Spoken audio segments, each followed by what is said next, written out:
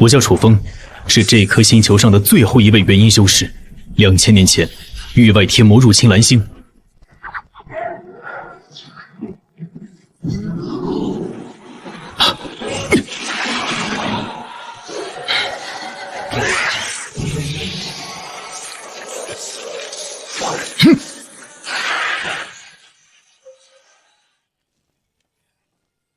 我凭一己之力击退来犯，保护了全人类。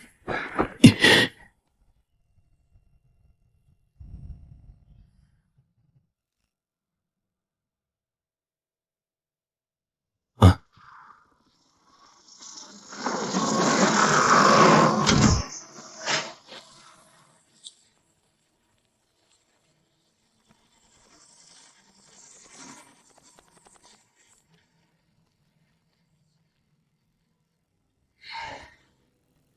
！200年前，蓝星的科学家们发现了域外天魔的存在，并计算出他们将在200年后重新降临地球。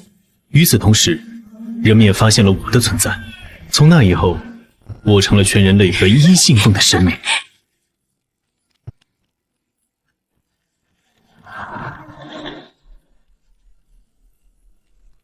楚风，我代表联邦政府向你宣布，从今天开始，人类不再需要你了。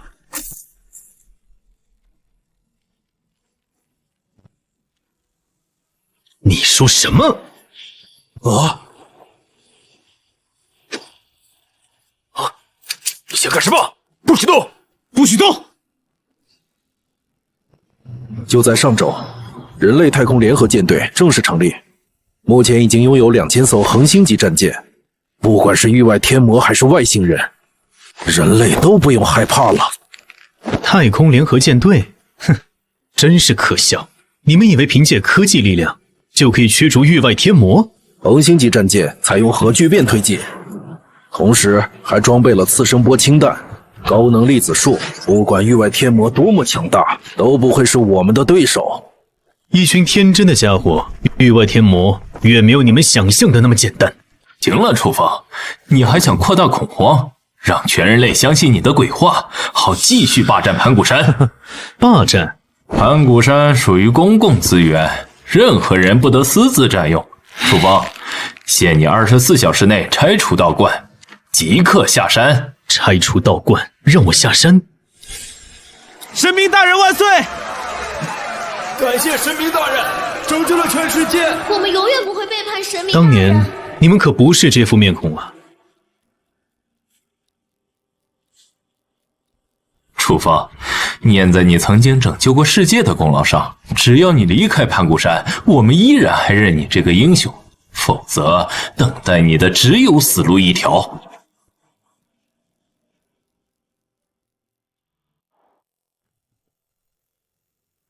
死路一条？怎么，你们还想杀了我？不到万不得已，我们是不会出手的，毕竟你曾经也是功臣嘛。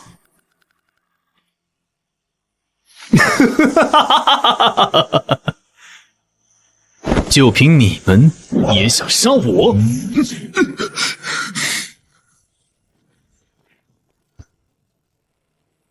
楚风，我劝你最好不要负隅顽抗。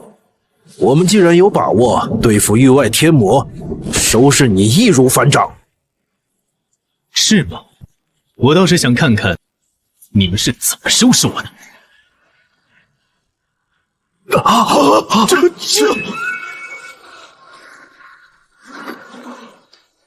我再也听不下去了！楚风，你根本就是个不知好歹的小人！刚才还说我是英雄和功臣，怎么这会儿又变成小人了？毫无疑问，太空联合舰队可以轻松击败域外天魔，所以你大可不必白白送死。我们这么做，难道不是为了你好吗？轻松击败域外天魔？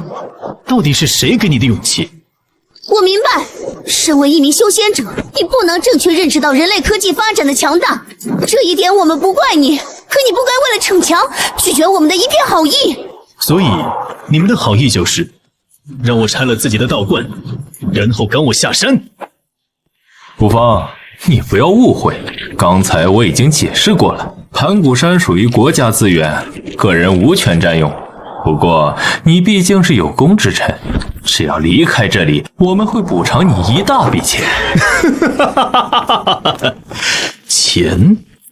钱对元婴修士的意义，还不如自行车对鱼重要。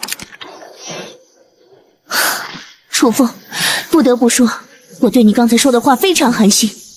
难道这就是你身为修仙者的傲慢吗？以为凭借几艘太空战舰就可以击败航行宇宙亿万年的域外天魔？我们之间到底是谁更傲慢？楚风，你就是一只井底之蛙，你对人类科技的实力一无所知。现在我就要当着全球80亿观众的面，拆穿你伪善自私的真面目。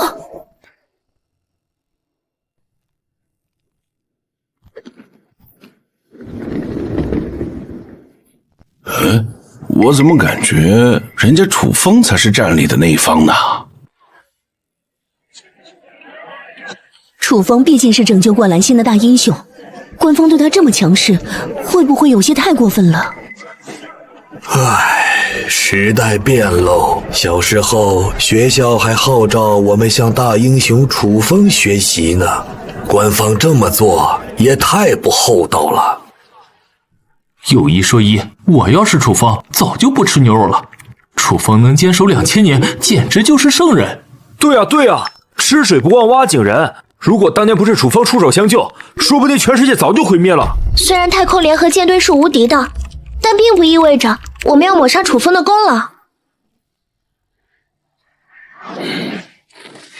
既然你们要讲理，那我就奉陪到底。我倒要看看你们怎么拆穿我的真面目。哼。楚风，念在你往日的功劳上，我们本想给你保留最后一丝体面，但现在为了全人类，我们不得不公布一件真相。真相？你们该不会想说盘古山内部蕴藏的盘古血矿吧？原来你还是有自知之明的，难道是眼看事情败露，所以抢先说出来，以此洗清自己的嫌疑？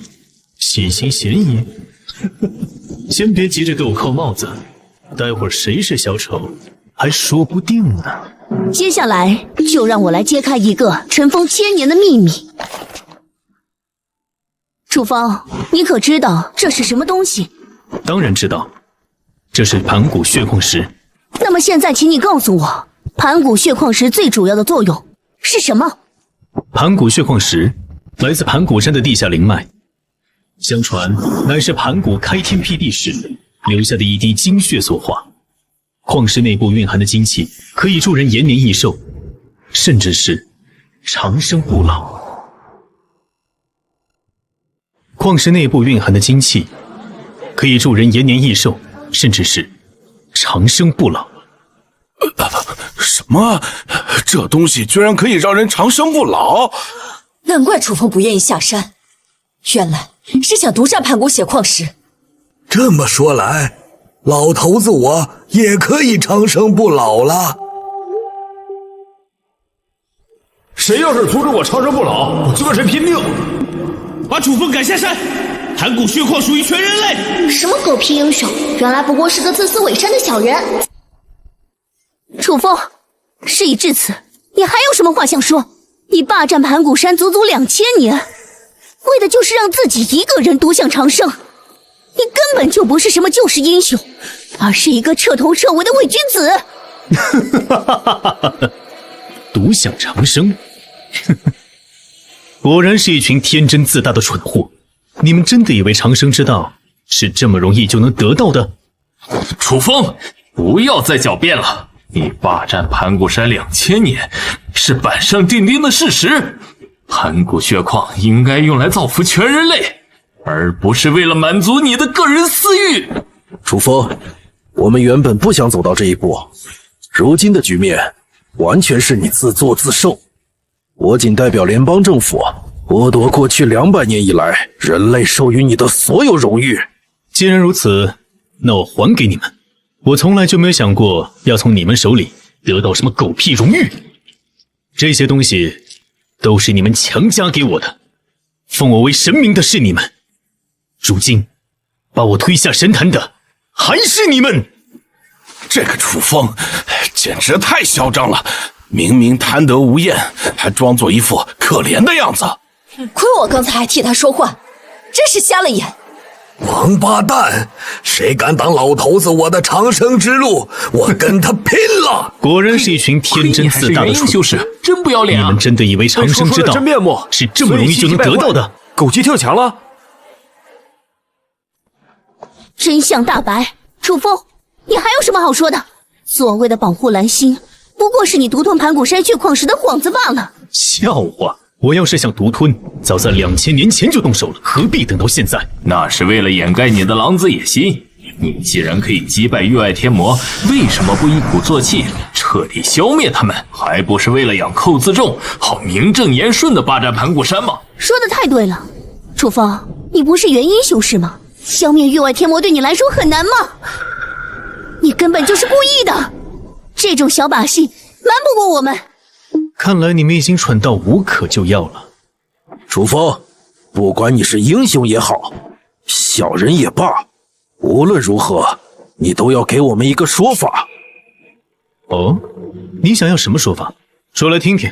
我们的科学家经过研究发现，从盘古血矿石中提取的神秘物质的确能大幅提升人类寿命，当数量达到一定程度时，甚至能实现长生。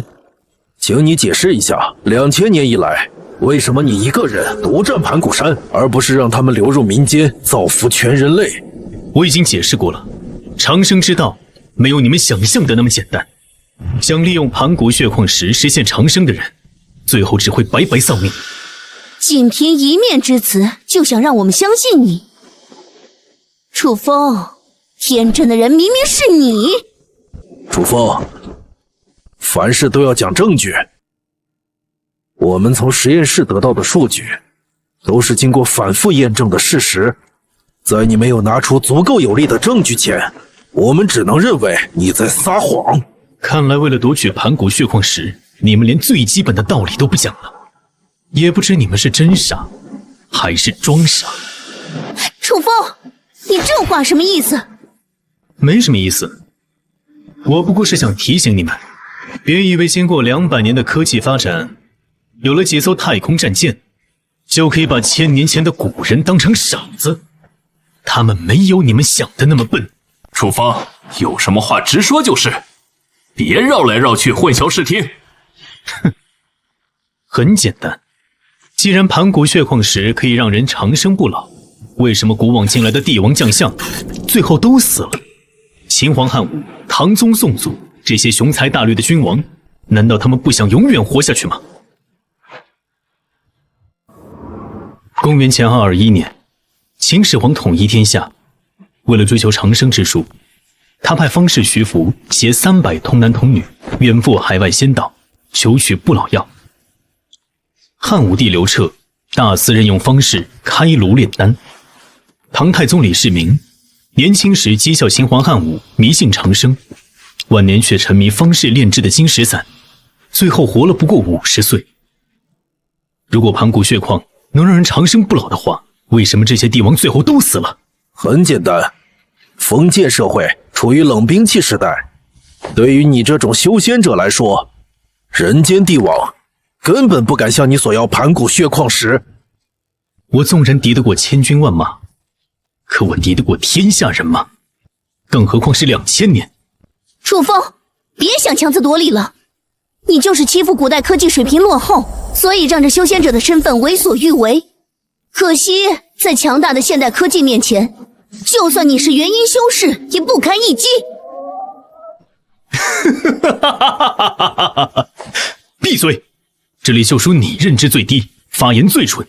你这种人能成为记者，足以说明现代社会的道德水平令人堪忧。你这是人身攻击！你这种人能成为记者，足以说明现代社会的道德水平令人堪忧。哎，我怎么突然觉得楚风说的也挺有道理啊？既然这东西能长生不老，那些皇帝肯定会想方设法来抢啊！我现在脑子都快晕了，到底该相信谁啊？感觉两边人说的都没错。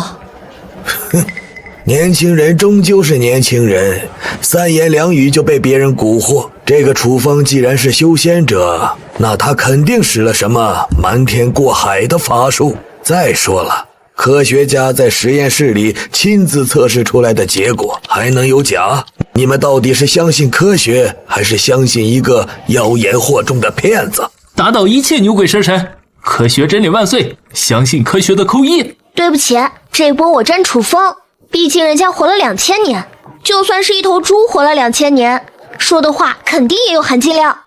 都吵什么吵？就算盘古血矿石不能让人长生不老，可楚风本人却活了2000年，这总是事实吧？凭什么他可以活2000年，我们不可以？楚风，所以请你解释一下，为什么古代的帝王们没有利用盘古血矿实现长生不老？刚才我已经解释过了，想用盘古血矿石长生不老的人，最后全都死了。为什么这么说？想要沟通盘古血矿里的生命精气，为自身延寿，至少需要筑基境界以上的修士燃烧本命精血，才能勉强做到。即便如此，稍有不慎也会遭到反噬，生死道消。筑基修士尚且如此，更别说肉身凡胎的普通人了。如此说来，岂不是坐实了你这个元婴修士为了延长寿命霸占盘古山的野心？你以为世上有这么好的事儿？哪怕是元婴修士，想要炼化盘古血矿，也要付出代价。好一个大公无私、刚正不阿的得道高人！楚风，骗一骗别人也就算了，别把自己也骗进去了。你们这些修仙者，为了追求长生，什么事情干不出来？小人之心夺君子之腹，你以为所有修行之人都这么龌龊？我是小人，接下来就让全球80亿人看看，我们两人之间到底谁才是小人。这位是龟田一郎先生，同时也是最早接触盘古血矿石的人。请问龟田先生今年高寿？老朽今年刚满360岁。这么说来，盘古血矿石真的可以让人长寿？我操，居然有人能活300年！不可能，绝对不可能！家人们破案了，楚风在撒谎，他这么做完全是为了掩盖长生的秘密。楚风，你是不是还想质疑龟田先生的年纪？不，这家伙的确活了300岁。楚风，你终于肯承认了吗？我还以为你又要狡辩了呢。哼，楚风，你刚才还说凡人无法利用盘古血矿石长生，可龟田先生却做到了，对此你又该如何解释？楚风，你果然在撒谎。楚风，域外天魔即将降临地球，人类不可能将命运交给一个谎话连篇的人手上。你这家伙能活300岁，手上恐怕不知道沾了多少条人命。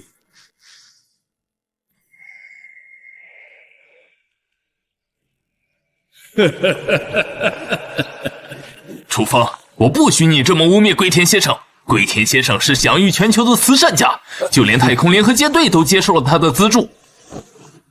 哼，原来如此，那一切都说得通了。邱先生似乎对老朽有什么误解呀？老东西，你干了什么丧心病狂的事？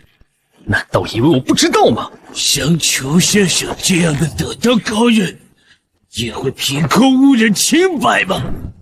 哼，污蔑，就凭你也配？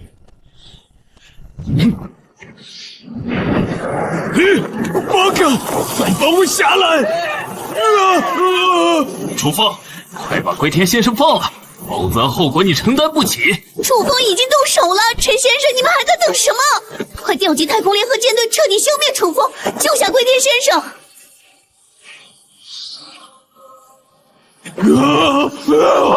难怪能从我的眼皮底下盗走盘古血矿，原来你这个老东西当了人类的叛徒。姓楚的，你凭什么冤枉老朽？难道元婴修士就可以为所欲为了吗？楚风，龟田先生若是生了一根汗毛，你就是全人类的公敌。一群愚蠢的家伙，睁开你们的眼睛，好好看看，这就是你们的大慈善家。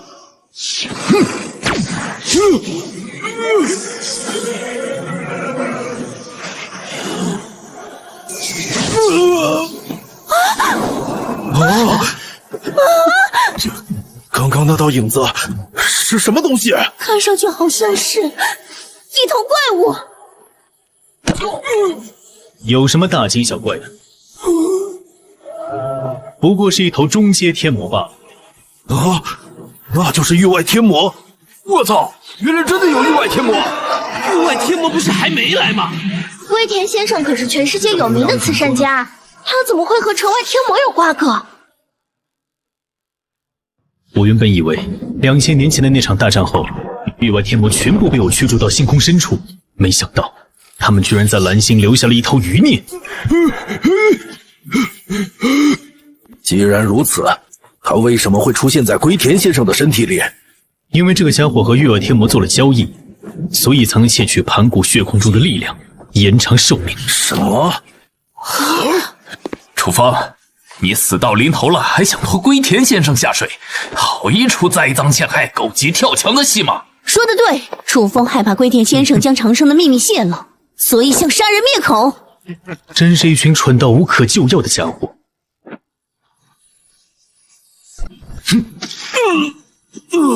龟田先生，是我害了你啊！早知如此，我就不该把你带来盘古山。楚风，你这个魔头，你是要向全人类开战吗？龟田先生是一个高尚的人，他死的伟大，死的光荣，他是为全人类伸张正义而死。既然你这么敬佩他，为什么不和他一起去死？楚风，这个丧心病狂的禽兽，你会付出代价的。老陈，你还在等什么？赶紧下令调集恒星级战舰，彻底消灭楚风。楚风，你擅自杀害一名德高望重的慈善家，如果不给我一个合理的解释，那么我将把这视为开战的信号。就凭你们也配？这家伙太嚣张了！老陈，你还在等什么？这个老东西借用域外天魔的力量，用献祭活人的方式，从盘古血矿石中盗取了长生的力量。每献祭1000个活人，才能获得1年的寿命。照你这么说，在过去的200年里，龟田先生直接或间接害死了20万人的性命。这样一个血淋淋的刽子手，在你们嘴里却成了一个伟大的人、高尚的人、光荣的人，真是可笑至极。楚风，你简直一派胡言！龟田先生对全世界的贡献有目共睹，他怎么可能是一个杀人犯？正是因为他杀了无数人，所以才想用慈善的方式洗刷自己的罪行。哦，对了，以我对域外天魔的了解，他们恐怕不止培养了一个傀儡。老陈，再不下令歼灭楚风，恐怕还会有更多和龟田先生一样的无辜者死去。楚风，即便龟田先生犯下了不可饶恕的罪行，他也应该交给法庭审判，而不是你。看来我们的选择是对的，人类不该将命运交给一个目无法纪的人手里。楚风，我代表人类联邦政府最高意志，正式向你宣布，你被逮捕了。如果你坚持顽抗，太空联合舰队将会出动摧枯拉朽的力量，彻底消灭你。是吗？我倒要看看你们的奈我何。我代表联邦政府向太空联合舰队发出请求，调集4艘2艘恒星级战舰，对目标人物楚风进行毁灭式打击。自然选择号准备就绪，降落地点盘古山。SSS 级警告，不好，域外天魔来了！跑！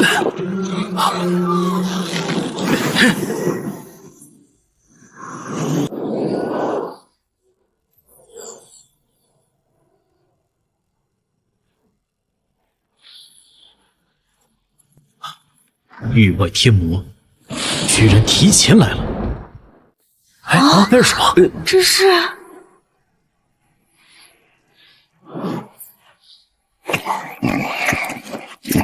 域外天魔，就这，随便来上几发核弹就能轻松解决吧？什么嘛，不就是一群普普通通的怪物吗？害得大家提心吊胆了200年，真是搞不懂。太空联合舰队有足足2000艘恒星级战舰，对付这群域外天魔，和大炮打蚊子有什么区别？这头独眼巨人的战斗力，估计是域外天魔里最能打的吧？就这种垃圾货色，楚风都对付不了，到底是元婴修士的含金量太低了，还是太空舰队的实力太强？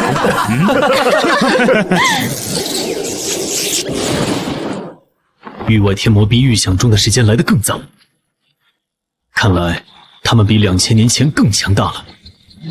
哦，没想到域外天魔竟然在这个时候来了。也好，就让他们见识一下人类的科技实力究竟有多么恐怖啊！楚风，睁大你的狗眼看清楚了，你担惊受怕了2000年的域外天魔，在太空联合舰队面前连渣子都不会剩下。楚风，你怕了吗？2艘恒星级战舰即将降落盘古山，到时候你的下场将会和那群域外天魔一模一样。这么说来，还能有2艘战舰幸免于难，不错不错，也算是给人类文明保留了最后一丝火种。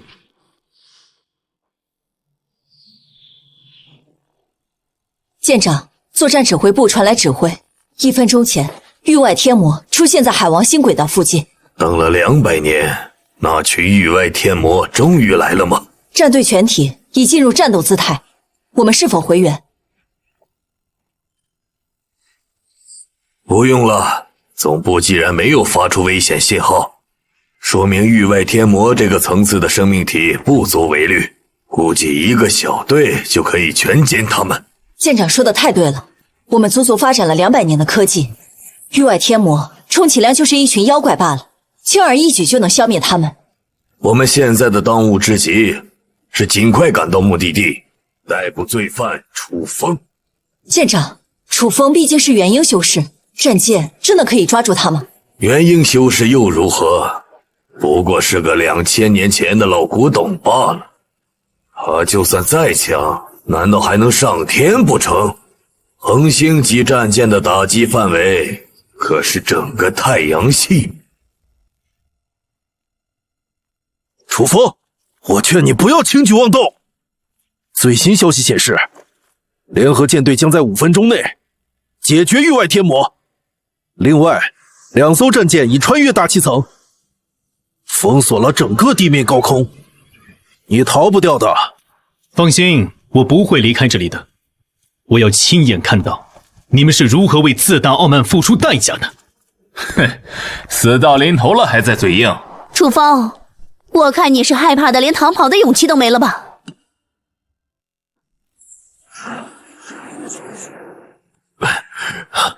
长官，前线传回的报告显示，这一头域外天魔体长约17米，体重却不到1吨，和蓝星上的已知生物形态完全不同。不过可以确定的是，它仍然具备碳基生命的基本特征。既然是碳基生命，那就没什么了不起的。传我命令，使用高能粒子束，将这头域外天魔彻底消灭。是。看来流传2000年的传说，终究是无稽之谈。从始至终，保护人类的只有人类自己。至于什么修仙者，根本就是沽名钓誉的存在。哈哈，宰了这个家伙！我要把他的头骨带回家收藏。嘿，大卫，你高兴得太早了。那可是高能粒子束，没有什么生物能在这种范围的粒子打击下留下遗骸，哪怕是一根头发。这家伙只是开胃菜，更厉害的还在后面呢。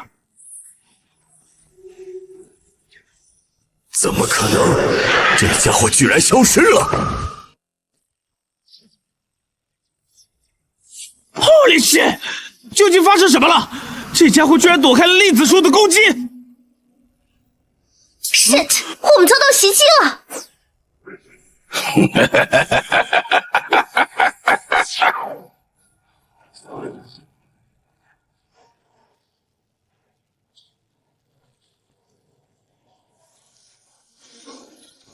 警告！004号战舰遭遇严重打击！004号战舰遭遇严重打击！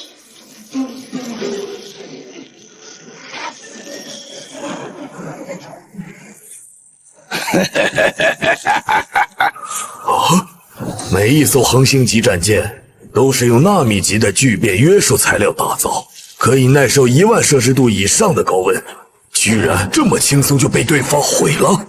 不好，这域外天魔远比我们想象的更加恐怖。传我命令，启动紧急预备方案，我去，小瞧这头域外天魔了，居然一招就干掉了一艘战舰，牛逼呀！不会吧？恒星级战舰可是人类目前最高的科技战力啊！就这么被域外天魔消灭了，完蛋了，世界末日真的要来了！小姑娘，这你就不懂了吧？刚才那独眼怪物能一招秒杀一艘战舰，必定是域外天魔中最强的存在，而且那一招很有可能耗尽了他所有的体力，接下来便是束手就擒之时。老人家说的对，这只天魔就算再强，也未必能一口气干掉我们2000艘战舰。有没有一种可能，只有这么一头域外天魔？喂，通知联合舰队下手轻点啊，记得留活口。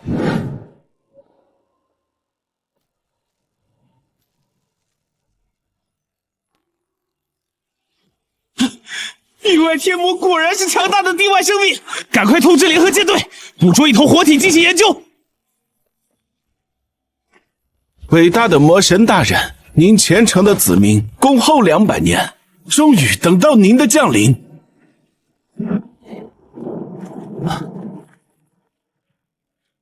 2000年过去了，这群家伙果然强大了不少啊！在2艘战舰尚未抵达盘古山之前，楚风，我可以代表联邦政府给你一个机会，一个戴罪立功的机会。怎么，这个时候想让我出手？楚风，你不要误会，我对太空联合舰队的实力充满自信，只不过因为你在2000年前和域外天魔交过手，可以给前线部队提供一些经验。我看还是算了吧，既然你们这么强，完全用不着我帮忙，我还是老老实实等着你们的战舰来逮捕。楚风，你别给脸不要脸！楚风在2000年前就能击退域外天魔，这么说来，他也可以一拳打爆太空战舰。废话，人家可是正儿八经的元英雄士。他可真能装啊！明明给了他改过自新的机会，他非要装逼。这么说来，其实楚风也是有功的，他为什么不愿意戴罪立功呢？哼，装什么清高自大？他要是真的伟大无私，为什么不把修仙功法推广全世界？偏偏独自一人苟活了2000年。老人家说的对，逮捕楚风以后，必须让他交出修仙功法，造福全人类。我也可以修仙，我也可以爱国。紧急预备方案启动，所有战斗训练人员随时准备撤退。一群蝼蚁还想逃跑？救命啊！我还不想死啊！谁来救救我？妈妈，我要回家！人类这一次真是全面惨败啊！长官，人类这一次真的要灭亡了吗？不，我们还有最后一个希望。人类从历史中得到的唯一教训就是，人类无法从历史中得到任何教训。弱小和无知从来都不是生存的障碍，傲慢才是。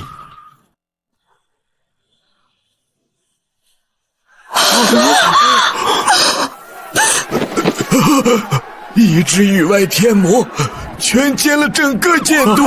救命啊！完蛋了！不行，快跑啊！我降临，末世来了！末世来了，快跑啊！好，跑去哪里？跑在哪里？整个蓝星都要灭亡了！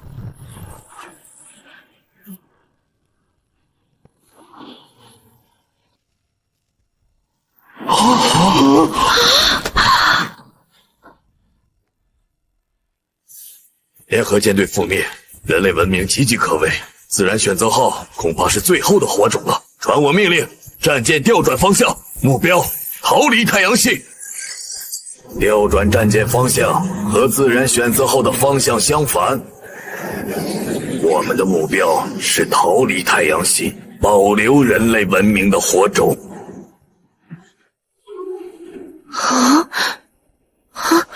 混蛋！这2艘战舰怎么跑了？不逮捕楚风，难道任由他逍遥法外吗？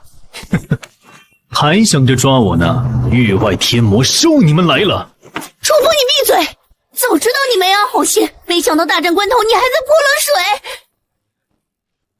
诸位，就在刚才，我收到消息，人类太空联合舰队全军覆没。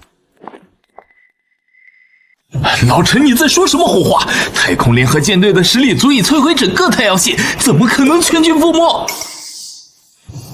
不信的话，你们自己上网看吧。啊？为什么？快跑！为什么会这样？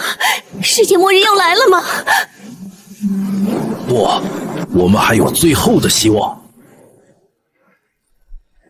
人类联邦政府正在呼叫万有引力号，收到请答复。收到请答复。万有引力号已收到答复，这是我们最后一次和蓝星全体人类同胞对话。人类世界濒临灭亡，为了延续文明的火种，万有引力号全体成员已经通过表决，我们将代表幸存的人类驶向遥远的星系，寻找新的家园。传我命令，切断所有来自蓝星的信号，以防域外天魔追踪到我们。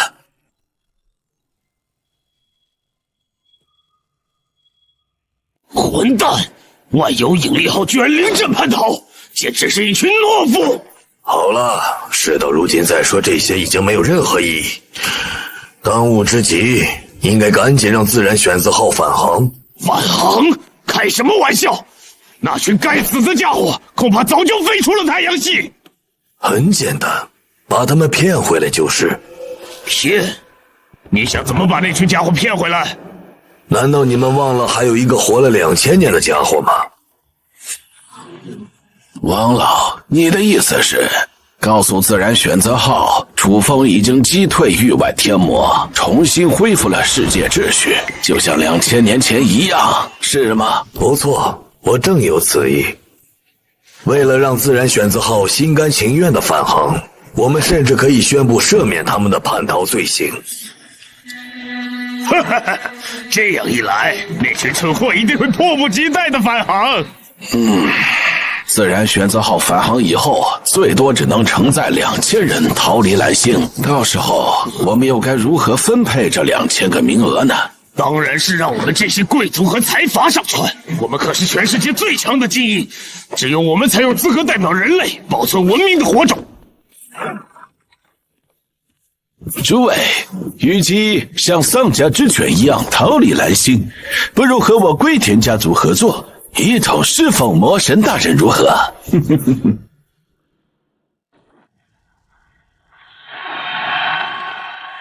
楚风，事到如今，只有你才能拯救全世界了。你们战无不胜的太空舰队去哪儿了？眼下可是全人类生死存亡的关头，楚风，你居然还在说风凉话！人类的生死与我何干？不是你们亲口说的吗？人类已经不再需要我的保护了。就算我们做的不对，可是你身为修仙者，难道不该展示自己大度的一面吗？还想道德绑架我？好了，楚风，我承认我们有错在先。说吧，你想要什么样的条件才愿意出手拯救世界？抱歉，我现在没空陪你们谈条件。我的一位故人来了。天魔，域外天魔来了！快，所有人躲进道观里！楚风在这里守护了2000年，肯定不会坐视天魔胡作非为。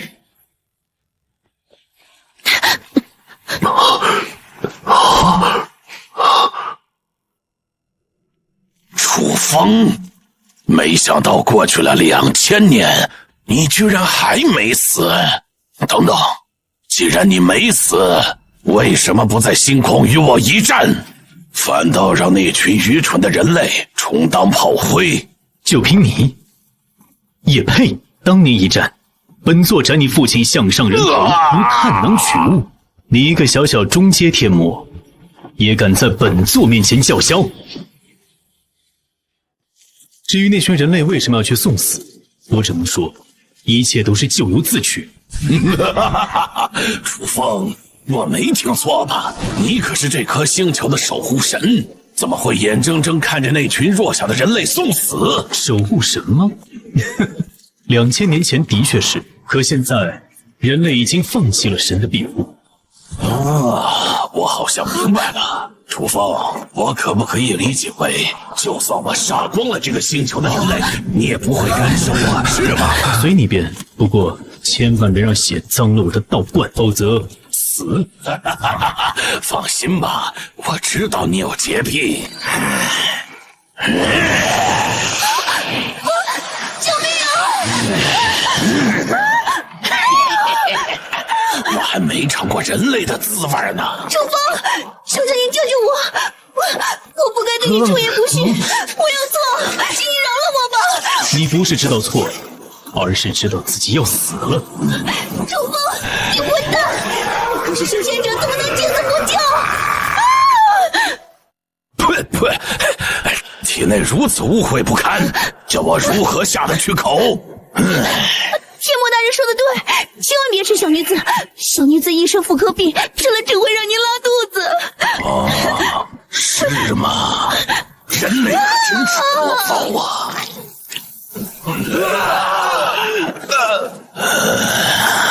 谁能跟我说说你们是怎么得罪楚风的？你来说说看。我们根本没得罪他，是他自命清高，自私伪善。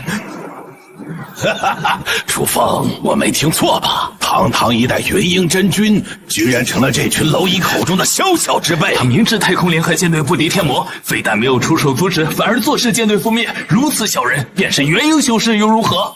既然如此，我倒要看看你们这群满嘴仁义道德的家伙究竟有多高尚。不如我们来玩个游戏吧。从现在开始，只要你们至少杀死身边的一名同伴，我就可以饶他一命。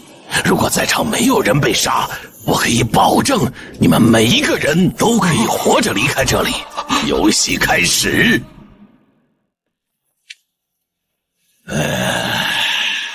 天魔，看来你要输了。是吗？我怎么觉得游戏才刚刚开始呢？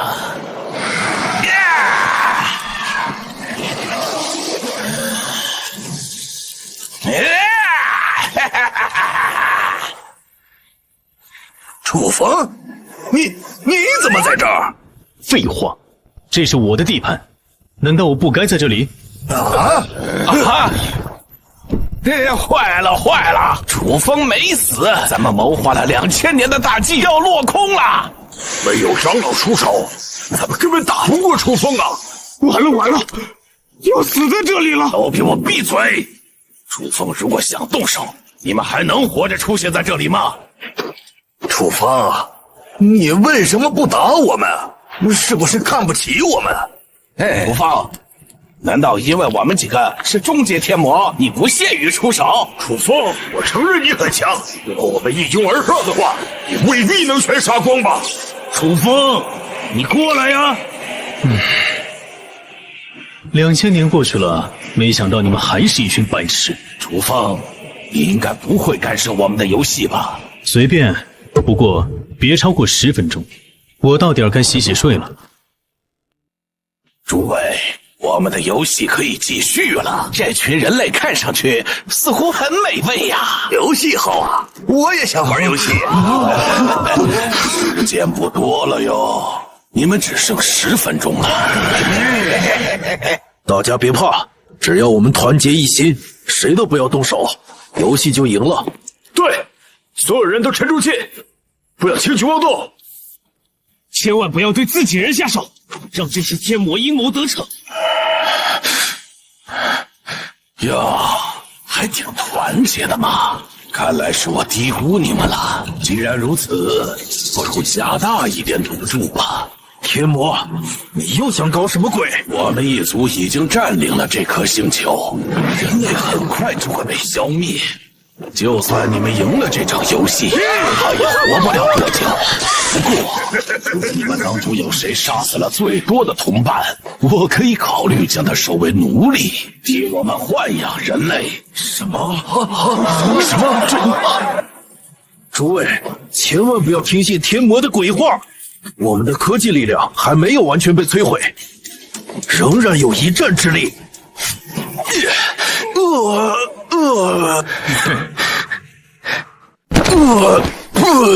为什么你……老陈，到现在为止，你还不明白吗？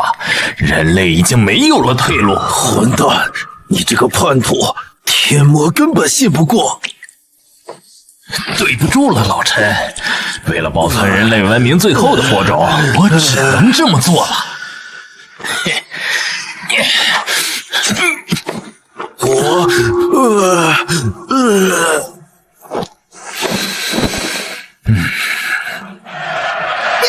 我打死你！尊敬的天魔大人，小人愿意成为您忠实的奴仆。不错，心狠手辣，倒有几分我们魔族的气魄。能得到天魔大人的认可，是小人无上的荣幸。可是我什么时候说过我会遵守诺言？你居然没发现这个家伙！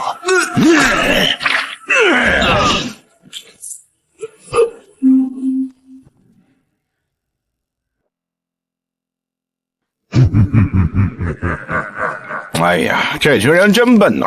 域外天魔肯定信不过呀。与其自相残杀，为什么不早点给天魔当狗呢？真是的，白白让这么多人送死。是啊，现在都世界末日了，给天魔当狗才是唯一出路啊！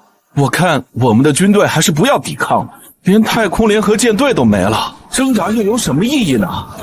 还不如早点投降。嘿，你们说的还知人话吗？我们人类创造了几千年灿烂的文明，怎么可以给别的种族当奴隶？不宁死不从！上班时间吵什么吵？活都干完了吗？经理，马上都要世界末日了，还想着工作呢？等我给天魔当狗，以后说不定我也能当上老板。经理，你快跟老板商量一下吧，早点给天魔当狗，说不定还能保住咱们公司呢。就是一群毫无人性的畜生，根本没有一丝信任可言。再说了，就算想当狗，轮不到你们，都给我闭嘴！天魔还没打进来，急什么急？只要天魔一天没打进来，公司一天假都不会放，所有人给我继续上班。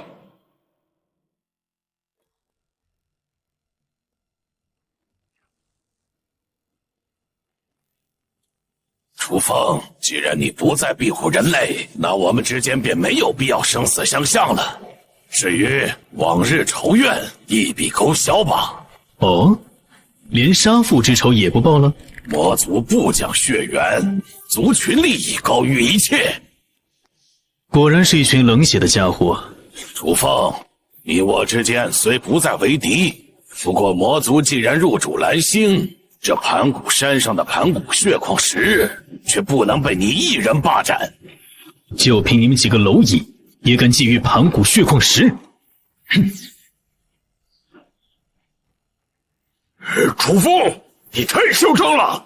为了顾全天魔一族的大局，我要跟你单挑！哎呀！算了，你打不赢他的。一群废物！2000年前，我斩你们父辈，如杀土鸡瓦狗。我赶时间睡午觉，要杀你们一起上。楚风，既然如此，盘古山就送给你了。从今以后，我们天魔一族和你井水不犯河水。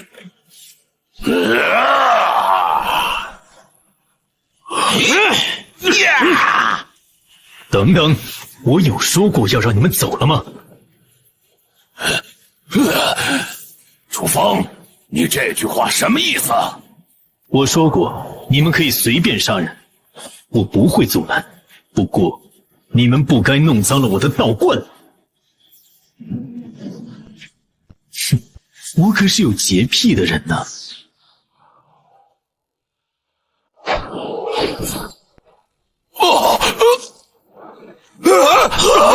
还想跑？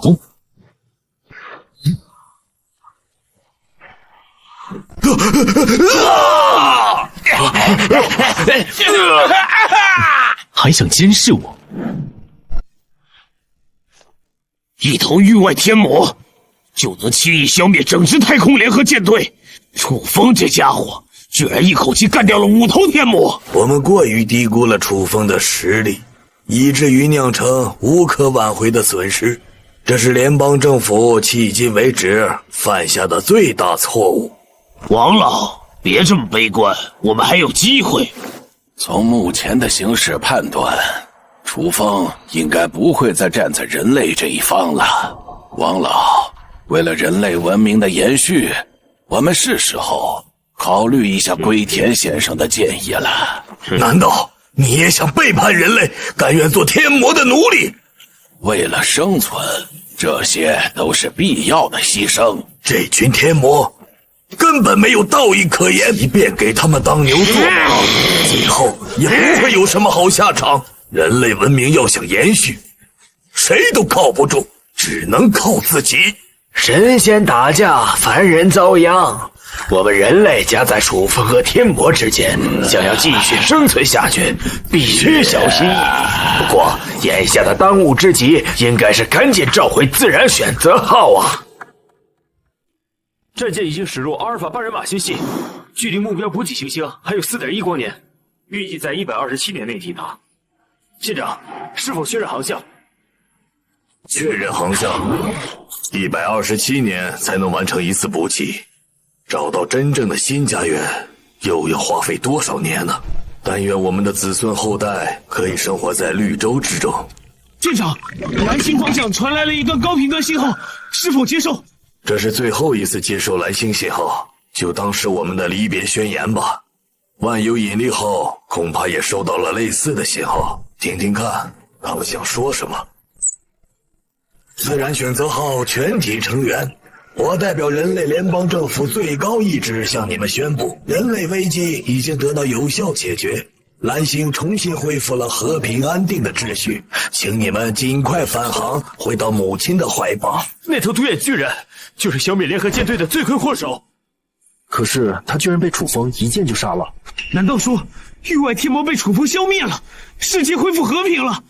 舰长，我们可以返航了。不，这很有可能是一个骗局。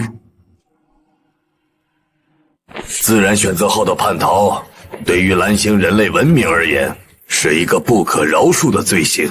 所以，即便我们返航回到母星，也会面临法庭的审判。舰长说的有道理，就算我们回去，也不会成为英雄，说不定锒铛入狱，遗臭万年呢。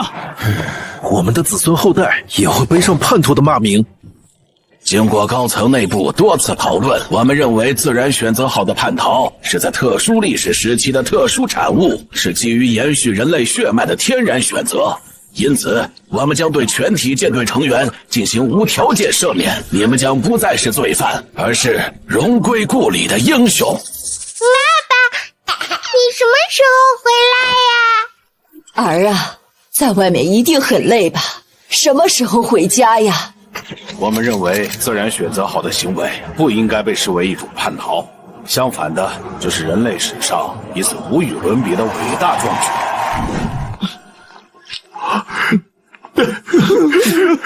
舰长，我要求返航，我要回家，我的孩子需要父亲。我爸妈年纪大了，需要我回去照顾他们。返航，一定要返航！舰长，回到蓝星以后，我们就是英雄了。不，这是一个骗局，我们绝对不能返航。第一，如果我们返航以后可以得到赦免，为什么从头到尾都没有听到万有引力号的消息？也许他们落地以后已经被秘密逮捕了。不过，我更相信他们早就识破了，这是一个惊天阴谋。第二，关于楚风的那一段视频，先不谈是不是伪造的，至少有一点就十分可疑：楚风凭什么要帮我们？是说的有道理啊，说的对。过去200年，我们对于楚风这位曾经保护蓝星的神明，态度非常微妙。我们尊重他，敬畏他，可是从来没有想过靠近他。想想看，这是为什么？是傲慢。随着科技的发展，人类已经拥有了征服大自然的力量。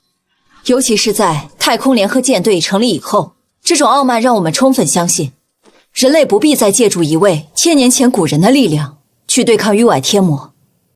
所以，我即便相信楚风有消灭域外天魔的力量，也不相信他会出手帮助人类。据我所知，域外天魔降临之前，联邦政府已经对他下达了驱逐令。不错，如果我们真的尊重楚风的话，联合舰队至少应该聘请他担任作战参谋，毕竟他曾经和域外天魔交手过。正是人类的傲慢，才导致了如今的一切。当然，我们或许可以相信楚风展现出了修仙者的大度，帮助人类渡过难关。可如果真是这样的话，为什么联邦高层含糊其辞，遮遮掩掩？所以，这是他们精心策划的一个骗局。这么做的目的究竟是为了什么？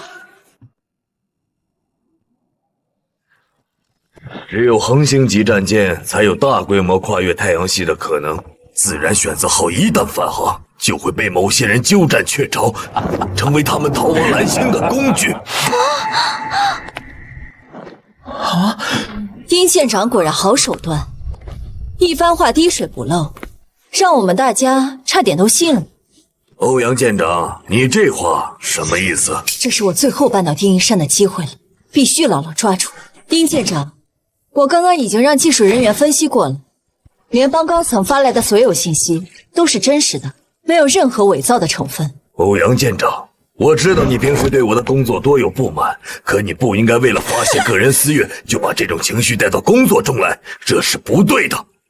联邦高层的野心昭然若揭，我们绝对不能相信。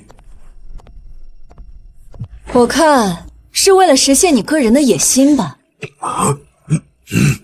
欧阳来帝，你到底想干什么？我想干什么？难道你心里不清楚吗？我不过是为了大家的利益，当面拆穿你的小把戏而已。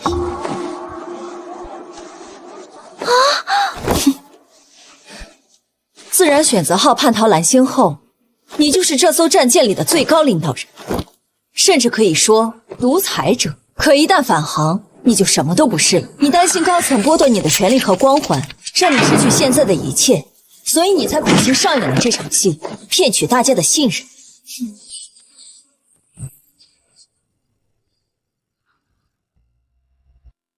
我提议，自然选择号应该立即返航，蓝星才是我们真正的家园。我们不该为了某些独裁者的野心，白白搭上自己的性命。不要回家，蓝星才是我们真正的家。欧阳舰长说的对，我们不能被某些人牵着鼻子走。不管真相如何，就算死，我也要死在蓝星。我支持返航。不要回家，回家。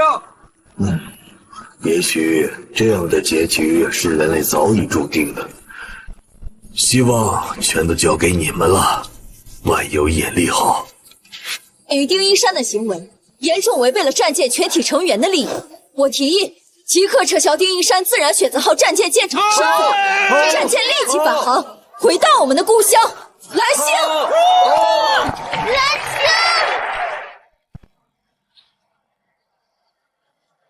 人类文明都要灭亡了，居然还有心思监控我，真是一群愚蠢自大的家伙。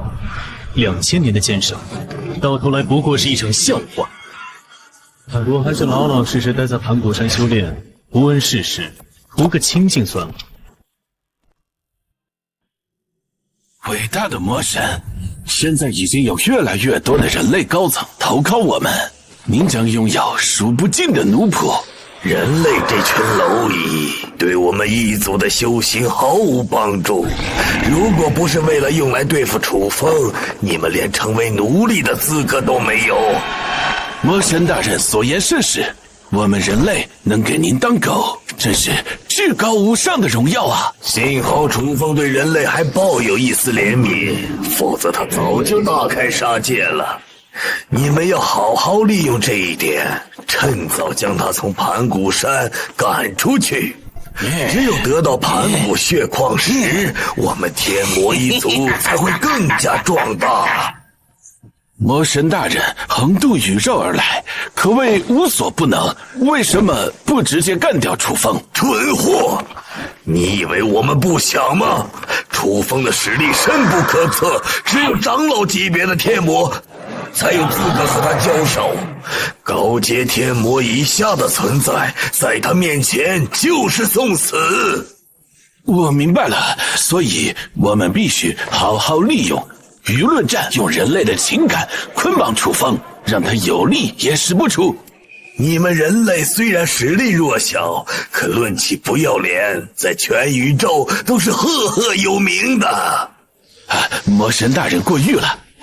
对了，楚风那家伙似乎软硬不吃，我们很难站在道德高地指责他。那就是你们的事儿了。总之，无论如何，一定要让楚风离开盘古山。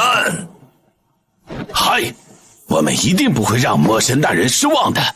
对了，有一艘叫做万有引力号的战舰逃离了太阳系，难道我们眼睁睁地放它跑吗？蠢货，那是我们留给楚风的一个鱼饵，就看他会不会上钩了。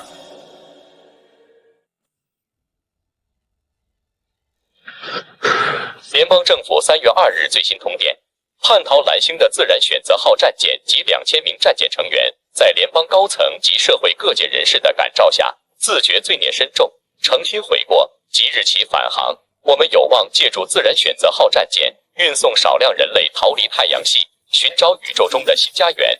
太好了，我们可以逃离蓝星了！我要上船，我要登上战舰！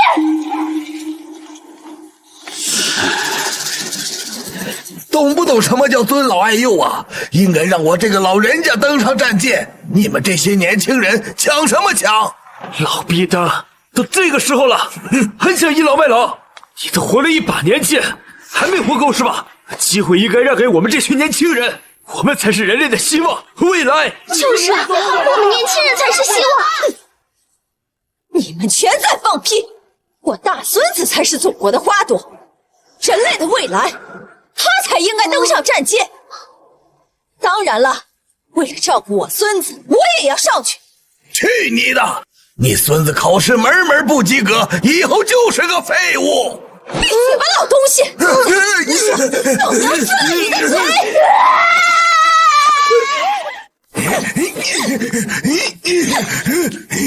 自然选择号最多只能容纳2000人，如此宝贵的名额，会轮得到你们？是啊，这样的机会肯定都被那群高官和富人抢走了，哪能轮到我们这些底层？底层怎么了？王侯将相宁有种乎？难道我们这些人天生就该死吗？我恨了，为什么我生下来不是天龙人？我诅咒自然选择号返航时发生爆炸，我活不了，别人也去养活。同志们，不要失落，不要绝望，我们仍然有生存下去的机会。小伙子，连我这样的老骨头也有机会活下来吗？当然，我们每个人都可以活下来。这怎么可能？联合舰队都被域外天魔消灭，人类根本不可能战胜。不，你们难道忘记了还有一个人吗？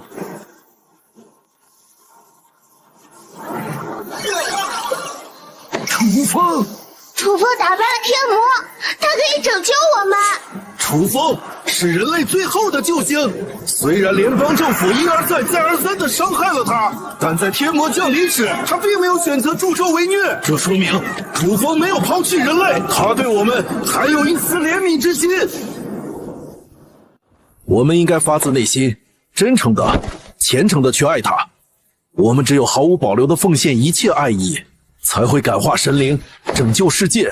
可是联邦政府剥夺了楚风的一切荣誉，还要把他驱逐下山，他真的会原谅我们吗？所以我们才要联合起来，一起反抗联邦高层，向神灵忏悔，赎清我们的罪孽。所以请诸位务必加入我们重仙会，我相信终有一天，神灵楚风将垂怜地上的人类，降下无上法力，消灭所有天魔。我要加入重仙会！我小时候就是学习楚风楷模先进标兵，没有人比我更爱楚风。好，老人家，我同意你成为我们的一员。重仙会一定能拯救世界！拯救世界！慈爱的神明啊，我们赞美您，因世上一切的苦难源自傲慢，我们向您赎罪。主啊，求您垂怜世上一切生灵。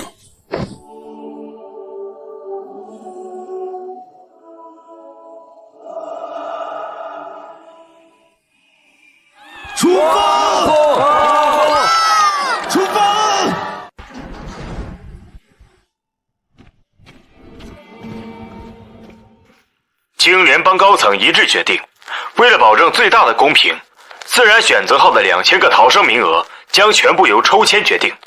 请所有参加抽签的公民于3月5日前抵达神像广场集合。重复一遍。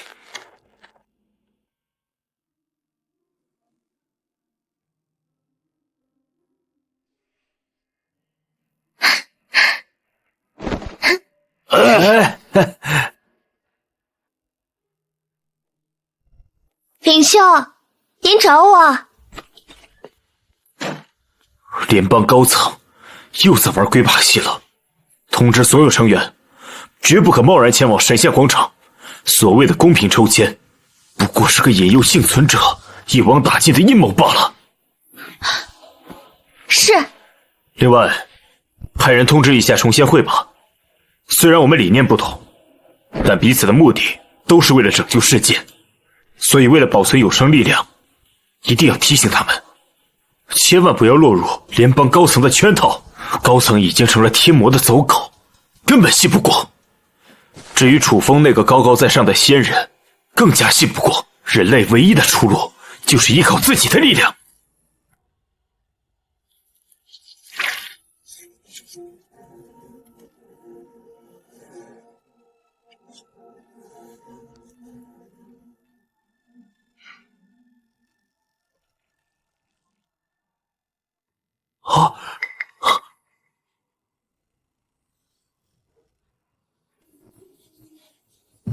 同志们，战舰即将着陆，我们都是英雄。面对热情洋溢的人民群众，我们千万不能露怯。荣耀、名声、权位，这些都是我的了。丁一山，咱俩斗了半辈子，没想到最后还是我赢了。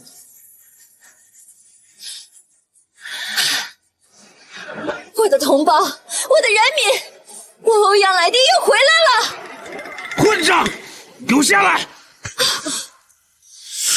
混账，做死他！下死他！我打死他！坏人，去死吧！欧阳来帝，你因触犯反人类罪，我现在代表联邦最高政府正式拘捕你。你有权保持沉默，但你所说的一切都将成为呈堂证供。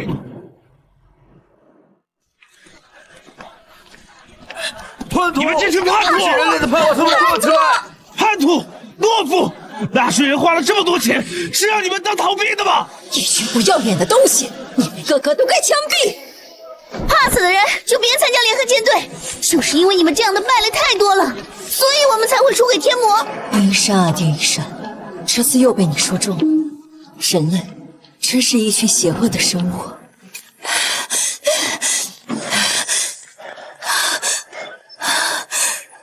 自然选择号呼叫万有引力口，自然选择号呼叫万有引力口，不要反抗，这里不是家！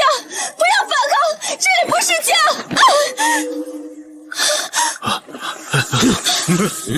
自然选择号中了敌人的诡计，全军覆没。果然不出舰长所料，联邦高层的诱捕计划成功了。我宣布，从今日开始，蓝星人类文明正式消亡，取而代之的是星际人类文明。所有同志请注意，此时此刻，你们将不再是旧时代的叛逃者，而是一个全新文明的缔造者。域外天使是神圣的、光明的，他们降临蓝星是给人们带来幸福和温暖的。我们要像对待父亲一样，献出我们的仁爱。他们横跨亿万星河来到世间，是惩恶扬善、救赎一切苦难的。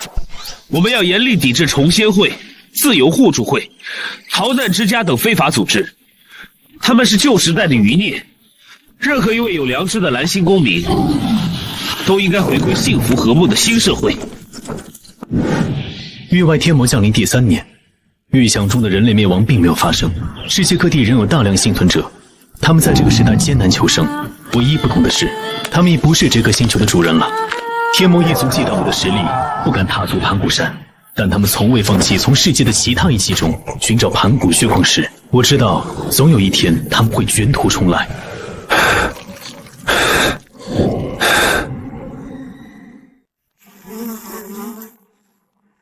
哼！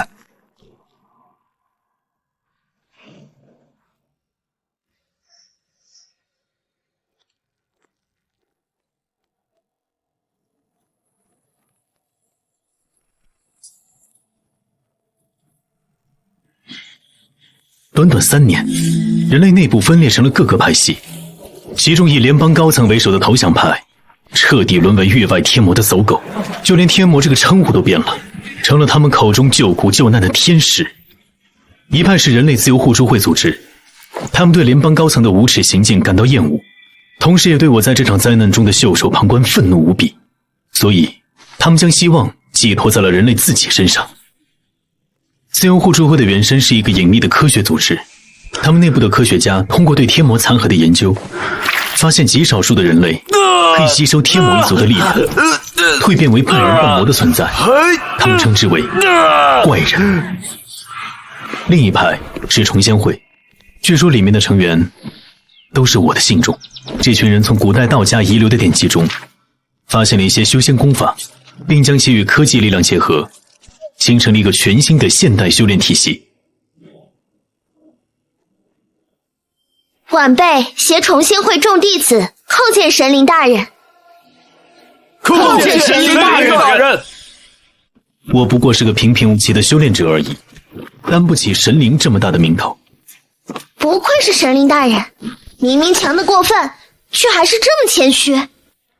收起这套虚伪的赞美，说吧，你们上山来有什么目的？楚风，我们自由互助会目前遇到了一些难题，希望你可以出面协助我们。当然，不会少了你的好处。等我们光复蓝星，驱逐天魔之后，7大洲任你挑选其一。楚风，这份交易如何？死章鱼，竟敢直呼神灵大人名讳，你已有取死之道。7大洲任选其一，呵呵，画了好大一个饼啊！果然，你们这群人的傲慢，真是一点都没变呢。楚风，你想要什么好处？直说便是，别整这么多弯弯绕绕。就凭你们这群蝼蚁，连一头终阶天魔都打不过，还谈什么光复蓝星？神灵大人说的太对了，这群丑八怪人才瘾大，还想着癞蛤蟆吃天鹅肉。你们也好不到哪里去，修炼3年，连一个筑基期都没有，废物！神灵大人不要小瞧人，我们重仙会很快就能培养出筑基，哦不，金丹修士。蓝星没那么多资源堆出一个金丹修士，你们还是死了这条心吧。重仙会的蠢货们，听到了吗？连你们敬爱的神灵大人也不看好你们。事实证明，我们自由互助会的宗旨才是正确的。人类只有以魔制魔，才能赢下最后的胜利。楚风，实不相瞒，我们虽然培养了大量怪人，但从实验素材那里获得的血脉之力已经达到了上限。我们需要你出手，猎杀一头更高品阶的天魔。啊！死章鱼，你们自由互助会的人真不要脸，居然把算盘打到了神灵大人的头上。楚风，斩杀一头高阶天魔对你来说易如反掌。再说了，你虽然是修仙之人，可曾经也是人类的一员，难道你就这样眼睁睁地看着人类就此灭亡吗？你算什么东西，也敢道德绑架我？族长，你跟他废什么话呢？姓楚的，吃我一拳！不要！哼！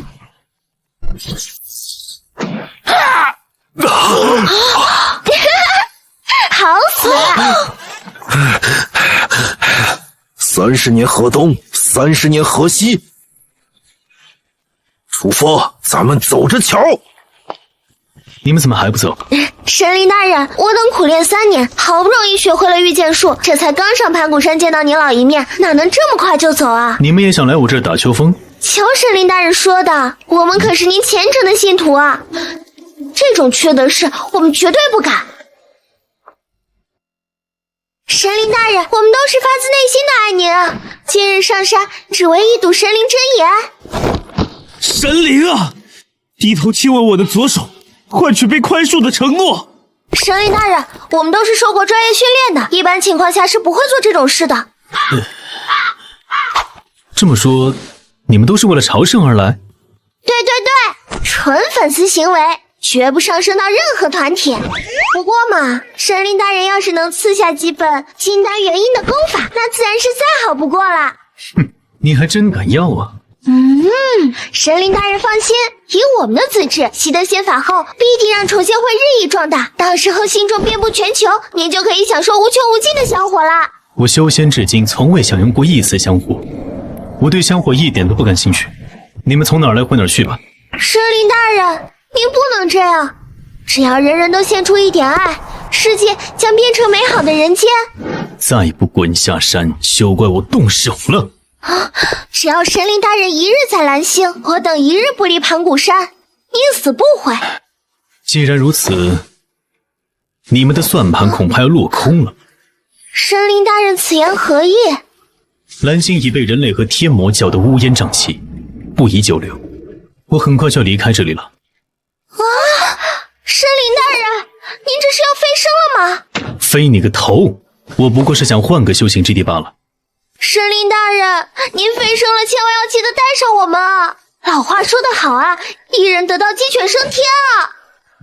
赴汤蹈火啊，神灵大人！能给神灵大人当鸡做狗，真是莫大的荣幸啊！抱歉，我似乎并没有带上你们的义务。神灵大人，你真的不要我们了吗？别再自作多情了，我都和崇仙会没有半毛钱关系，奉我为神灵不过是你们一厢情愿罢了，就像200年前你们对我的那样。我等谨遵神灵法旨，谨遵神灵法旨。且慢！神灵大人，您改变主意了是吗？不，我只是让你给山下的人带句话，盘古山很快就要消失了，让他们从哪儿来回哪儿去，不要白白送了性命。最新消息，楚风即将离开蓝星，诸位该醒醒了。天使们哪会这么容易放他走？不，只要楚风把盘古血矿石留下，天使大人还是很乐意送走这尊瘟神的。盘古血矿石可是楚风的命根子，他会舍得留下，所以决战的时刻来了。天使大人们为了这一天，足足准备了3年。诸位，新的时代即将降临，你们都做好准备了吗？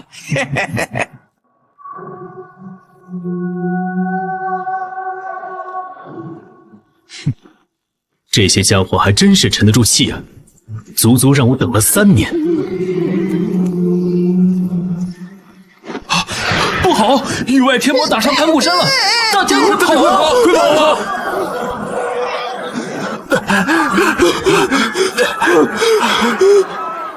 除了盘古山，我们还能逃到哪里去呢？这都是命啊！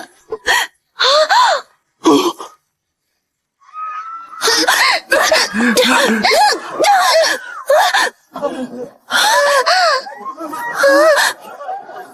怕，我们是自由互助会成员，绝对不会伤害大家。没错，我听说自由互助会的全是半人半兽的怪物。大家别怕，我们会赶在天魔来临之前，把老人孩子送上山。其余人暂时先等一下。送上山有什么用？天魔来了，我们照样一个都跑不了。我们会把老人和孩子送进楚风的道观，这样可以间接得到他的庇护。天魔全是冲着楚风来的，道观反倒最危险。不，根据我们的调查，楚风远没有大家想的那么弱。只要他能争取足够的时间，哪怕最后输了，我们自由互助会同样可以挽救全人类。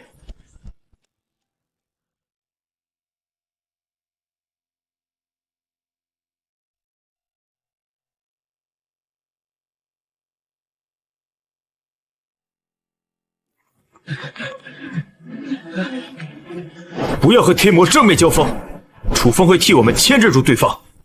我们的首要任务是保护孩子和老人。一旦双方开战，迅速把他们转移到道观。林兄，第一批群众已经成功抵达山顶，只是楚风真的会接纳我们吗？放心，他会睁一只眼闭一只眼的。再说了，等他和天魔交手，自顾不暇，哪有心思管我们？万一楚风输了怎么办？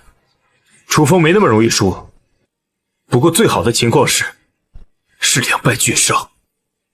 这颗星球既不需要外星来的妖魔，更不需要虚无缥缈的仙人。我来盘古山3年了，今天终于想通，楚风是不会帮我们的。我们想要活下去，只能靠自己。我自愿加入互助会。对，我也要加入，哪怕成为贵人，也在所不惜。自由互助会万岁！万岁！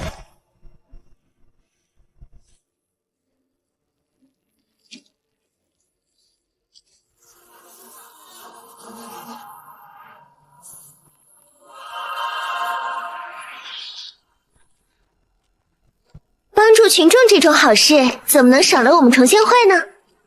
都到了这个时候，你们重献会还想着吸纳信众，也太不要脸了吧！彼此，你们也没好到哪里去吧？哼！慈爱的主啊，祈求您垂怜世上一切生灵，因所有的苦难源于傲慢，我们向您赎罪。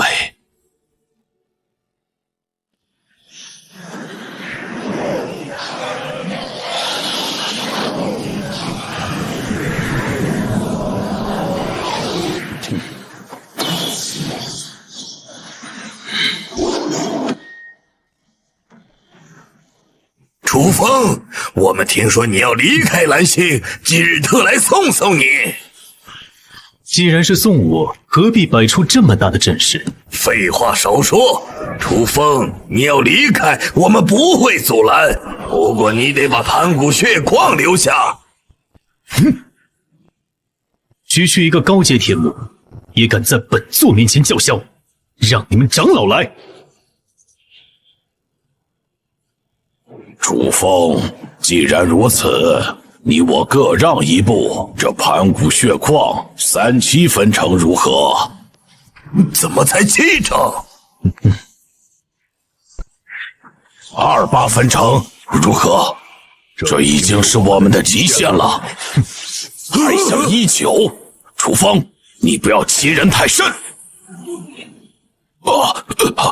不，你误会了。我的意思是，我全都要。这么说来，你是铁了心要和我们作对？那倒不至于，我只是不想看到这么好的东西白白浪费在一群废物手里。楚风，何必自欺欺人呢？你镇守蓝星2000多年，从未用过1颗盘古血矿石，如今要离开这里，反倒舍不得了。楚风，你不就是想独占盘古血矿，何必找借口？难怪人类说你伪善自私，看来他们一点都没说错。这盘古血矿石，我原本打算在晋升化神境界后，用来帮助全人类开启修仙之路的。只可惜他们自己错失了这个机会。楚风，又在惺惺作态了吗？人类这群蝼蚁值得你这么做吗？以前倒是值得，只可惜人心不古，世风日下。楚风，废话少说，这盘古血矿石你到底给还是不给？我们只要1成，难道还不够良心吗？当然不够，因为你们不配。既然如此，那就动手吧，小的们，上！铲除楚风，夺取盘古血矿。好啊，来呀！一群废物，怕什么呢？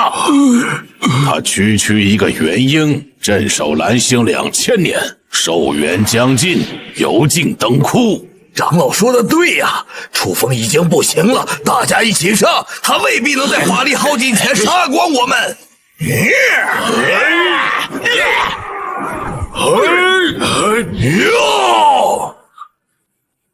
看来他们已经打起来了，传我命令，迅速掩护群众进入道观。是。大长老，域外天魔已经开始围攻神灵大人，我们应该赶过去支援。不，神灵大人是无敌的。这些域外邪魔奈何不了他。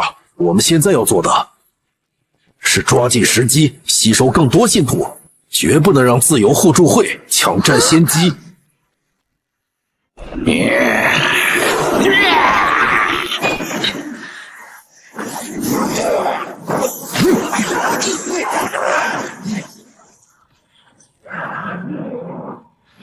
2000年过去，楚风，你的修为又精进了不少，如今恐怕一只脚踏入了化神期吧？怎么，你怕了？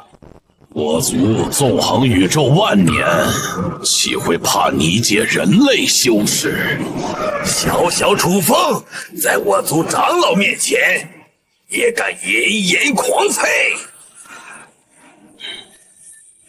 暂且休战，待我召集6大长老，再来绞杀楚风。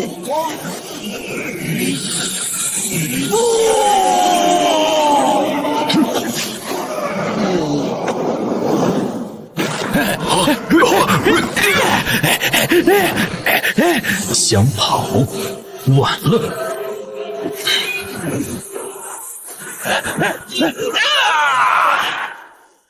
我们若说自己无罪，便是自欺，真理不在我们心里了。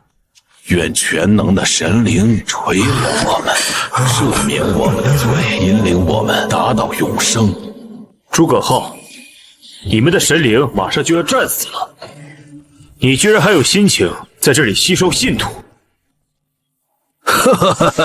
神灵大人不会死，只会去往遥远的天国。存人失地，人地皆存；存地失人，人地皆失。这个道理，你们自由互助会不会不知道吧？想开战是吧？不怕死的向前一步。死章鱼，本姑娘今日便斩了你做章鱼丸子！哼！争什么争？你们今天全都要死在这里！炎邦内部居然也掌握了怪肉化的方法！你们几个臭鱼烂虾都能做到，我们为什么不能？更何况你们研究用的那几头护子，都是天使一族中最低阶的存在，给域外天魔当走狗，居然还有优越感！你们岛国人还真是厚颜无耻啊！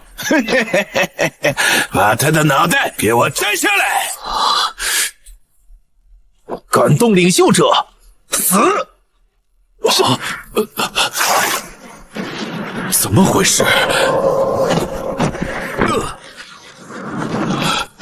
大家别慌，这不是我们重仙会的人。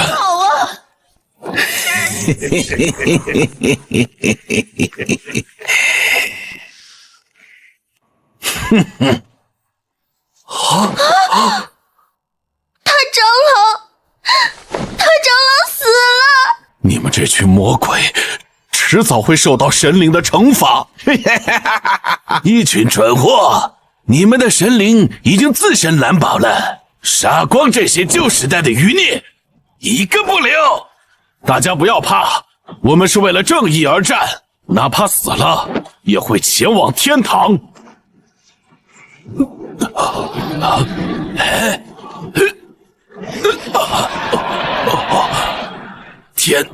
天使大人的头颅，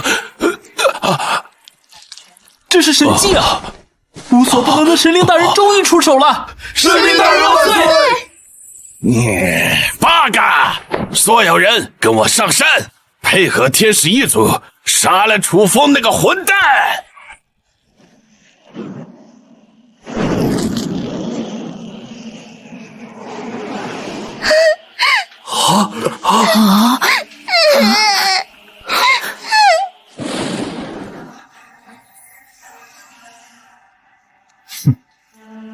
你们还真是舍得下血本啊！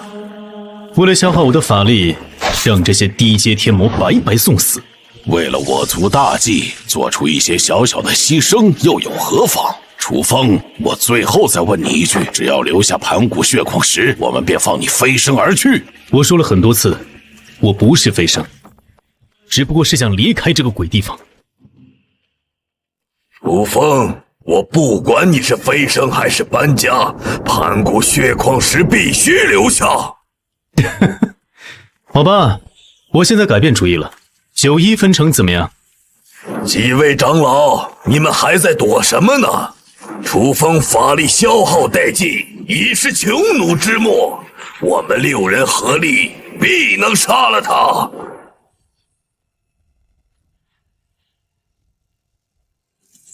那这事儿就是没得谈喽。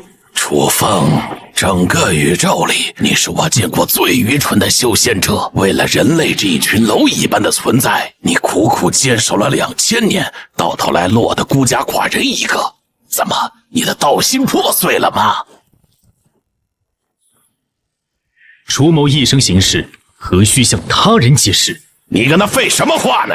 联手杀了他，吸干他的血气，瓜分这些盘古血矿后，把更多族人接引到这一片星系。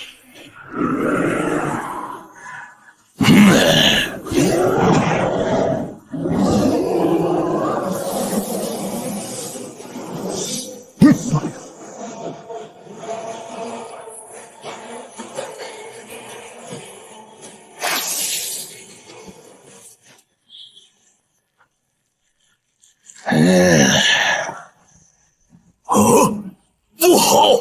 这家伙想要炼化整座盘古山。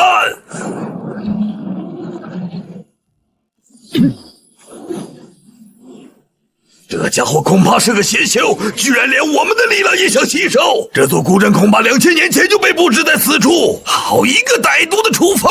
速速离开此地，否则为此子做了嫁衣。既来之则安之，几位还是留在这里陪我吧。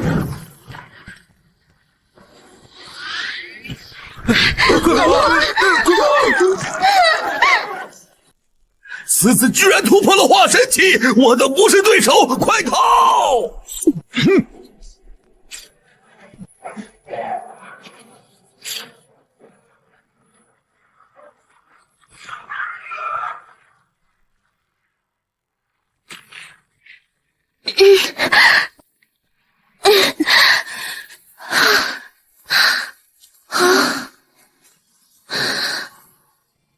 一切都结束了吗？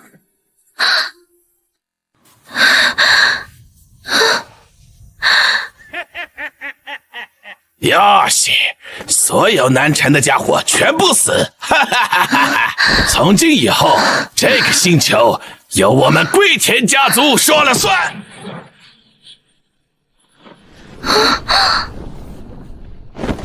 那是。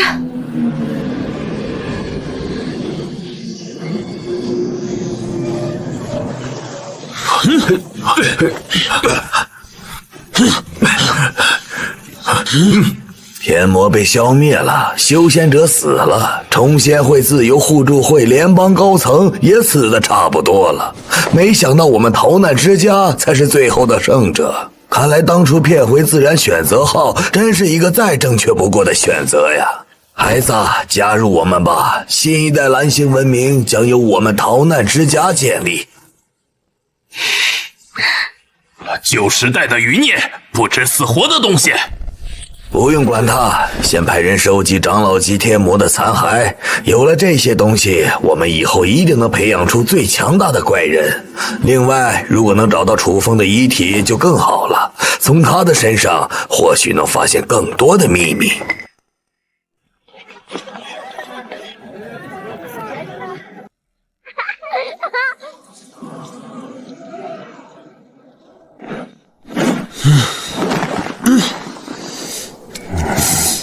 这东西好面熟啊，似乎在教科书上看到过。哦，我想起来了，这是100年前无恶不作的邪修楚风。我呸！伟大的人类文明是战无不胜的，不论他的敌人是来自外部还是内部，最终只会成为历史书上一个不起眼的片段，就像100年前发生的那样。而一切的一切，都要从那一艘名为“自然选择号”恒星级战舰开始说起。它才是神话预言中拯救人类的诺亚方舟。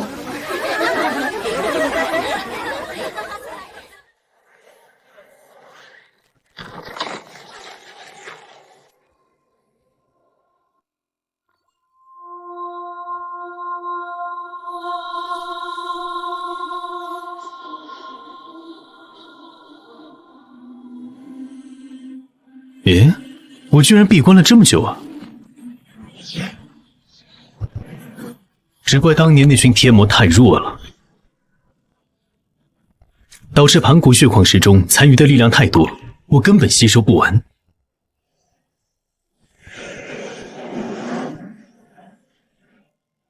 方圆万里之内，别说人了，居然连一个活物都见不到，什么情况？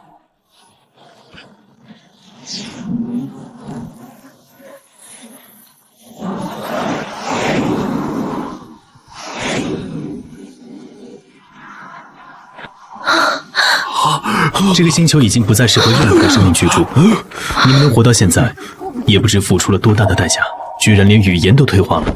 也罢，是时候离开这个地方了。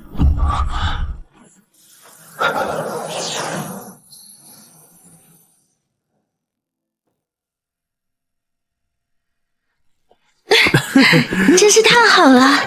是啊。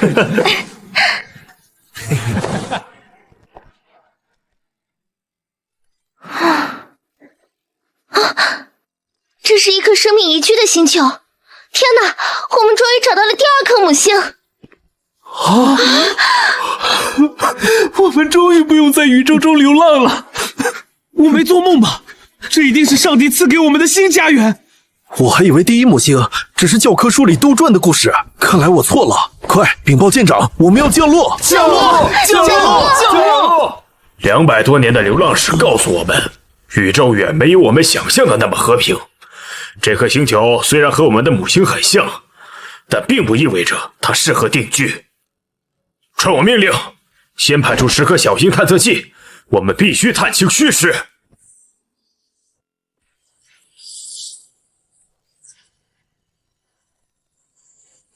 啊！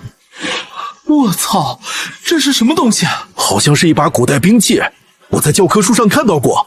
啊，这是200年前母星修仙者楚风的佩剑。快，舰队，快掉头，千万不能惹怒了修仙者。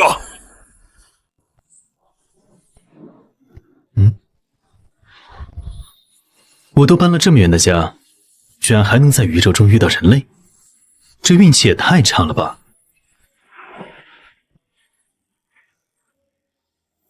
为师今日心情不好，故而提早1个时辰下课。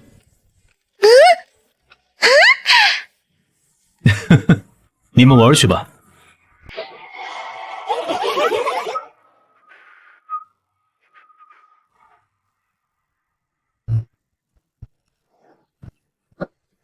不错不错，还是你们乖，居然学会了酿造猴儿酒。